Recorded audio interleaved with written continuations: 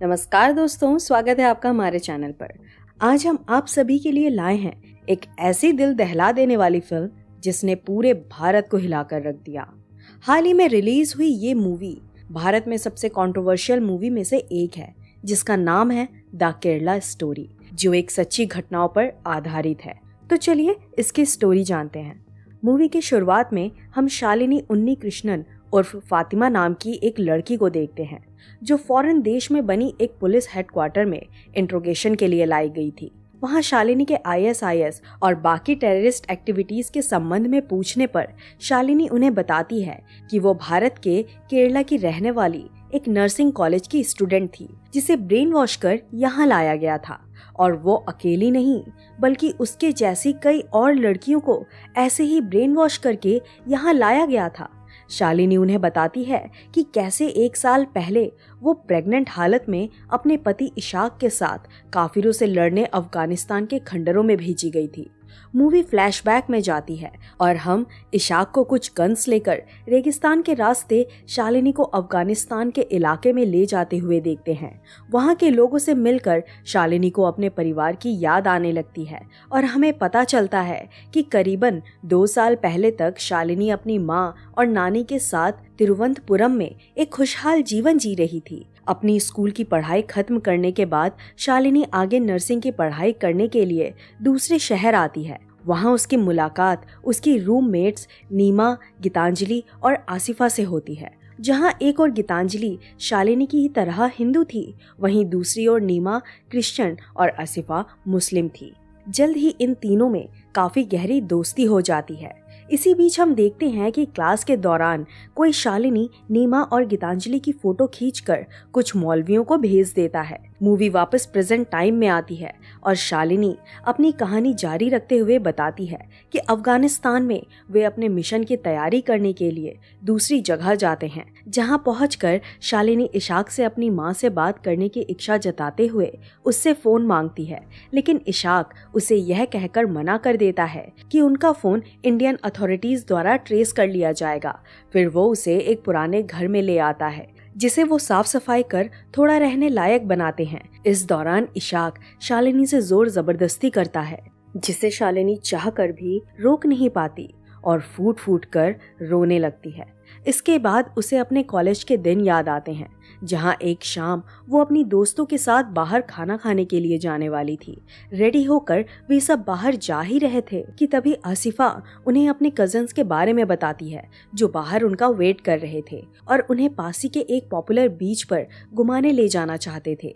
शालिनी, गीतांजलि और नीमा इस बारे में ज्यादा नहीं सोचती और साथ चलने के लिए कह देती हैं। नीचे उतरकर वे सब आसिफा के भाइयों अब्दुल और रमीज से मिलते हैं। लड़कियों के पूछने पर वे उन्हें बताते हैं कि अब्दुल एक बड़ा बिजनेसमैन था और रमीज अभी अपनी पढ़ाई कंप्लीट करके विदेश जाना चाहता था, ताकि वो बहुत सारा पैसा कमाकर लोगों की मदद कर सके, और ये सब इंडिया में रहकर करना इम्पॉसिबल था। खैर आगे फिर वो लोग काफी घूमते फिरते हैं और एक दूसरे से अच्छे खासे घुल मिल जाते हैं। रात को घर लौटते वक्त आसिफा अपने धर्मों की बातें करती हुई शालिनी, गीतांजलि और नीमा को बताती है कि कैसे अल्लाह ही सबका एकमात्र रखवाला है और जो कोई भी अल्लाह को नहीं मानता उसे नर्क की आग में जलना पड़ता है। अगले दिन हम आसिफा को उसके कजन के साथ उन्हीं मौलवियों से मिलते देखते हैं, जिन्हें शालिनी और उसकी फ्रेंड्स की फोटो भेजी गई थी। वो मौलवी उन्हें उन लड़कियों को अपने परिवारों से दूरी बनाकर उनसे करीबी बनाने को कहता है।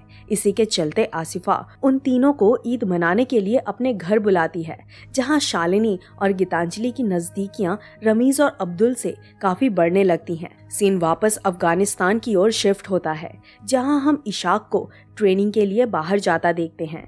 इधर शालिनी भी मौका पाकर मदद मांगने निकलती है, लेकिन बाहर का मंजर देखकर उसके होश उड़ जाते हैं, जहां एक ओर एक औरत को सरेआम गोली मार दी जाती है, वहीं दूसरी ओर एक औरत का हाथ इसलिए काट दिया जाता है क्योंकि उसने लिपस्टिक लगाई थी, जो उनके धर्म के खिलाफ थी। ये सब देखकर शालिनी बहुत घबरा जाती है, मगर साजिया नाम की एक लड़की उसे संभालती है और अकेले बाहर ना निकलने की हिदायत देते हुए वापस उसके घर पहुंचा देती है। स्टोरी फिर से शालिनी और उसके दोस्तों की कॉलेज लाइफ पर लौट आती है, जहां हमें एक ड्रग के बारे में पता चलता है जो किसी को भी अपने वश में करके उनसे कुछ भी करवा सकती थी। इसी बीच एक दिन शालिनी, गीतांजलि और नीमा शॉपिंग करने मार्केट जाते हैं, जहां कुछ लोग आसिफा के कहने पर ना सिर्फ उनसे बदतमीजी करते हैं बल्कि उनके कपड़े तक फाड़ देते हैं। ये सब सहकर वो तीनों बहुत बुरी तरह घबराए हुए थे, जिसका फायदा उठाकर आसिफा उन्हें मैनिपुलेट करते हुए कहती है कि कैसे उनके भगवान बहुत वीक हैं और उनको प्रोटेक्ट नहीं कर सकते। वहीं अगर उन्होंने अल्लाह को मानकर हिजाब पहना होता तो उनके साथ ऐसा कभी नहीं होता। आसिफा की बातों से शालिनी और गीतांजलि तो प्रभावित होती है, लेकिन नीमा को ये बात बिल्कुल पसंद नहीं आती।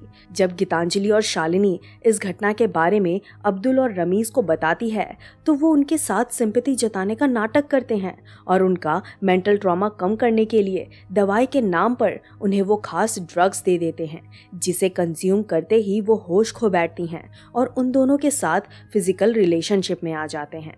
धीरे धीरे शालिनी और गीतांजलि पर आसिफा का इन्फ्लुएंस बढ़ने लगता है और वो दोनों हिजाब के साथ साथ नमाज भी पढ़ना स्टार्ट कर देते हैं। सीन दोबारा शिफ्ट होता है और हम खुद को वापस अफगानिस्तान के खंडरों में पाते हैं, जहां शालिनी का लेबर पेन शुरू होकर वो एक बच्ची को जन्म देती है। इसके कुछ हफ्तों बाद ही इशाक अपने मिशन के लिए काबुल चला जाता है और उसी वक्त शालिनी की बेटी को तेज बुखार आ जाता है, बट अपने पास कोई दवा ना होने के कारण वो साजिया से हेल्प मांगने चली जाती है। सही मेडिसिन मिल जाने से बच्ची तो ठीक हो जाती है, मगर शालिनी अकेले ये सब झेलते हुए इतना थक चुकी थी कि साजिया से रोते हुए सिर्फ एक बार अपनी माँ से बात करवाने की रिक्वेस्ट करती है, जिसे सुनकर साजिया पहले तो साफ इनकार कर देती है, क्योंकि उनके धर्म में महिलाओं को फ़ोन रखना या फिर फ़ोन पर बात करना अलाउ नहीं था। लेकिन शालिनी की बेबसी देखकर वो मान जाती है और उसे हुस्ना नाम की एक महिला के पास लेके जाती है। फिर शालिनी हुस्ना के फ़ोन से अपनी नेटिव भाषा में अपनी फैमिली को एक ऑडियो मैसेज भेजती है, लेकिन जैसे ही वो दोनों मैसेज भेजकर वापस जा रहे थे, उन्हें एक गोली चलने की आवाज़ सुनाई देती है और दोनों समझ जाते हैं कि हुस्ना के हस्बैंड ने उसका फ़ोन देख लिया होगा और उसे शूट करके मार दिया था। आगे सीन फिर से फ्लैशबैक में चला जाता है, जहां हम देखते हैं कि शालिनी और गीतांजलि अब पहली बार हिजाब पहन के अपनी फैमिलीज के सामने गए थे। तब उनके फैमिलीज उन्हें देखकर दंग रह गए थे। अपनी बेटियों का दूसरे धर्म के लिए ब्लाइंड फेथ देखकर शालिनी और गीतांजलि की फैमिलीज उन्हें समझाने की बहुत कोशिश करती है, लेकिन वे उनकी एक नहीं सुनते और उल्टा घर छोड़कर अहमद और रमीज के साथ रहने लगती हैं। इसके अलावा वे आसिफा के बताए मौलवियों के साथ नमाज पढ़ना भी जारी रखती हैं, जिस दौरान उन्हें भाग्य लक्ष्मी नाम की एक लड़की मिलती है। भाग्य लक्ष्मी उन्हें बताती है कि कैसे सच्चे प्यार के लिए वो अपने परिवार को छोड़कर यहाँ आ गई ताकि वो अपने मुस्लिम बॉयफ्रेंड से शादी कर सके।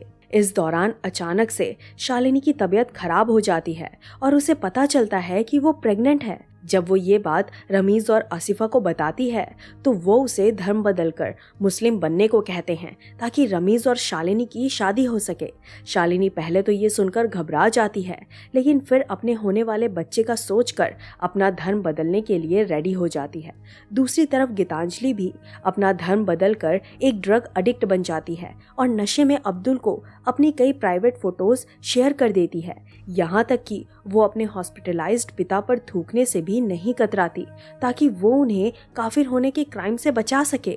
पर जब अब्दुल उसे सीरिया ले जाने के लिए फोर्स करता है और उसकी प्राइवेट फोटोज दुनिया भर में वायरल करने की धमकी देता है, तो वो समझ जाती है कि ये सब असल में एक ट्रैप था। इसलिए फिर वो कॉलेज छोड़कर अपने पेरेंट्स से माफ़ी मांगने घर वापस आ जाती है। वहीं शालिनी रमीज के साथ शादी करने के लिए मौलवी से मिलती है, जहां उसे पता चलता है कि रमीज उसे धोखा देकर भाग चुका था।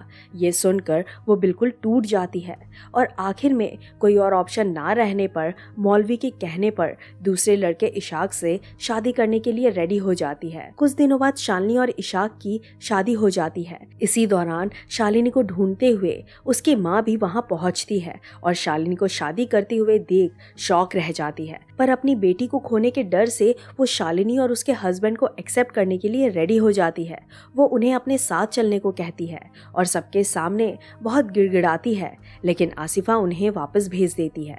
जिसके बाद शालिनी की माँ गीतांजलि से कांटेक्ट करती है तो उन्हें बताती है कि शालिनी ये सब मजबूरन कर रही थी क्योंकि वो प्रेग्नेंट है। ये सुनकर शालिनी की माँ शॉक हो जाती है। अब उसी रात गीतांजलि को पता चलता है कि अब्दुल ने उसे बदनाम करने के लिए उसकी सारी प्राइवेट फोटोज इंटरनेट पर डाल दी हैं। उसे अपने रिलेटिव्स और फ्रेंड से कॉल पर कॉल आने लगते हैं और प्रेशर में आकर वो सुसाइड कर लेती है। इसी बीच शालिनी को हनीमून के नाम पर इशाक के साथ कोलंबिया भेज दिया जाता है, जहां कुछ दिनों बाद शालिनी को नीमा का कॉल आता है। वो उसे बताती है कि कैसे वो तीनों आसिफा और उसके गैंग का शिकार हो गए। उन्होंने ना सिर्फ गीतांजलि को सुसाइड करने पर मजबूर किया बल्कि उसका घर तक जला दिया। साथ ही नीमा के धर्म बदलने से मना करने पर उन्होंने उसके साथ कई बार सेक्सुअल असॉल्ट भी किया। ये सुनकर शालिनी बहुत डर जाती है और नीमा का फ़ोन काट देती है। दरअसल शालिनी इस कदर ब्रेन वॉश हो चुकी थी कि वो ये सारी सच्चाई सुनकर भी यकीन नहीं करती और इस दलदल में फंसती चली जाती है। दूसरी तरफ नीमा सारी इन्फॉर्मेशन कलेक्ट करके शालिनी और गीतांजलि के पेरेंट्स के साथ पुलिस के पास हेल्प मांगने जाती है, लेकिन प्रूफ ना होने की वजह से पुलिस उनकी हेल्प नहीं करती। इसलिए नीमा हर हाल में अब पक्के सबूत कलेक्ट करने का डिसाइड करती है ताकि वो उस गैंग्स से बाकी लड़कियों को बचा सके। स्टोरी दोबारा अफगानिस्तान में शिफ्ट होती है, जहां शालिनी को ये बताया जाता है कि इशाक मर चुका है। वो उससे उसकी बेटी छीनकर उसे भी उन लड़कियों के साथ बंद कर देते हैं जिनके पति मर चुके थे, पर वहां उसे पता चलता है इशाक असल में जिंदा था और ये सब उसकी चाल थी। आगे हम देखते हैं कि भाग्य लक्ष्मी भी वहीं पर थी, जो उसे बताती है कि कैसे उसके पति के मरने के बाद उसकी लाइफ नर्क से भी बुरी हो गई और वो इन टेररिस्ट की गुलाम बन के रह गई।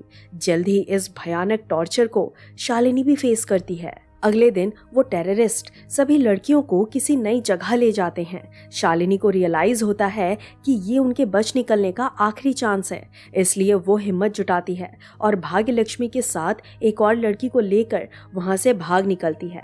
मगर टेररिस्ट को इसका पता चल जाता है और वो उन लोगों को ढूंढकर भाग्य लक्ष्मी और दूसरी लड़की को शूट करके मार देते हैं, लेकिन शालिनी उनसे बच निकलती है और कुछ दूर आकर थकान से बेहोश हो जाती है। फिर कुछ घंटों बाद फॉरेन पुलिस का एक ड्रोन उसे देख लेता है और उसे पुलिस स्टेशन लाकर उसका इंटेरोगेशन किया जाता है।